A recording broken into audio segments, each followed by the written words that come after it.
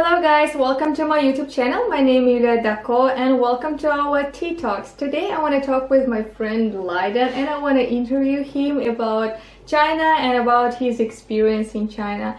I hope you will enjoy our video. Hi everyone, I'm Leiden and as Yulia just mentioned, I'm the interviewee and I'm responsible for answering some questions today. So let's see how that goes. Some danger questions. Tell us, how long have you been living in China? Well, I've been living in China for around 2 years now, since September 2016. And yeah, so far so good. I'm enjoying it. What are you doing in China? Well, I'm a history teacher and a football coach.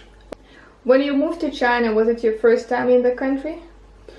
Actually, no, it wasn't. When I was younger, always wanted to visit China. It was definitely something that was on my bucket list. And in 2011, I had the chance to come and visit China. And over a period of about a month, I traveled around North and Central China and East Coast as well. Was it easy to travel?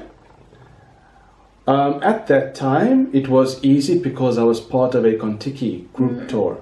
So we had a tour leader who was obviously Chinese, and that made it a lot more easier. So in that respect, yes, it was convenient and easy to travel. However, if I was alone at that time, it probably wouldn't have been as easy. Can you make a comparison between your first time visiting and when you moved here? Sure. I think that there's a lot to compare. It's almost like comparing two different countries in a way.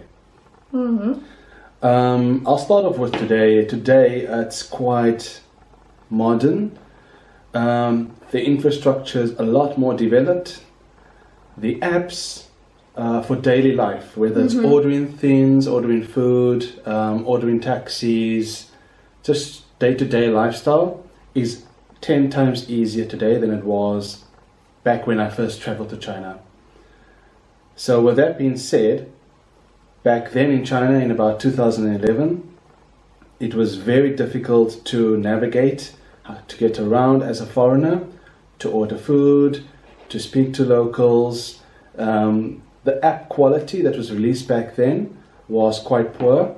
Even the people seem to be a lot more open-minded now.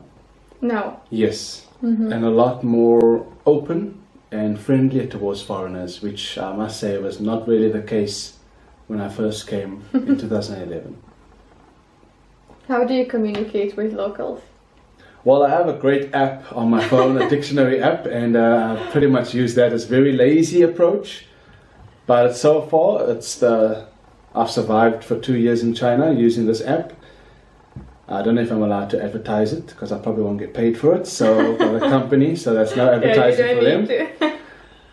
So yes, I mean, I know basic conversation, hi and byes and introductions, but nothing good enough to have a solid conversation. So I fall back on the app, and that helps me to get around.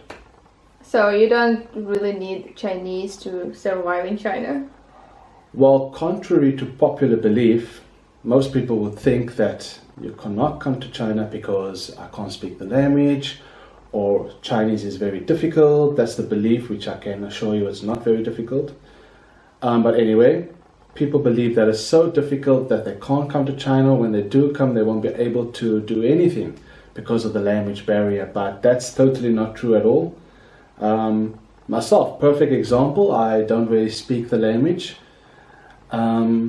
I can't read the language or anything like that, and I've got by really comfortably. The people are actually quite open and willing to speak English, which is also a very big difference from 2011. Back then people didn't want to hear anything about English, and now all that they want to learn is English. So that's also another big comparison. So basically, language barrier should be something that you definitely do not worry about at all when considering a trip to China. So what do you think about modern China? I have to add more time to drink my coffee. I think it's a good place to be right now. As we probably all know, and the viewers watching this, that China is going through a wave right now, economically, even socially, spiritually, you name it. It's just a fast-moving country, and I think that for anybody in any industry right now, it's a good place to be. It's changing, it's moving. It's a very hungry country, if I can put it that way.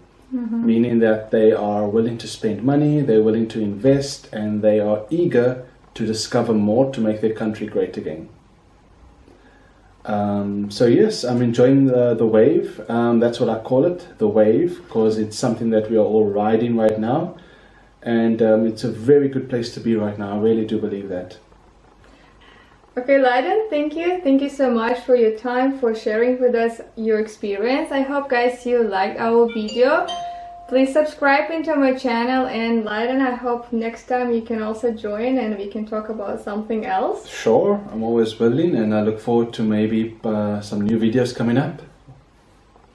So yes, guys, thanks, and I'll do the intro. I'll finish off the intro this time. Don't forget those views, those likes. We would like to see that go up. And yep, we'll see more of us next time perhaps. Thank you. See you next time. Bye bye.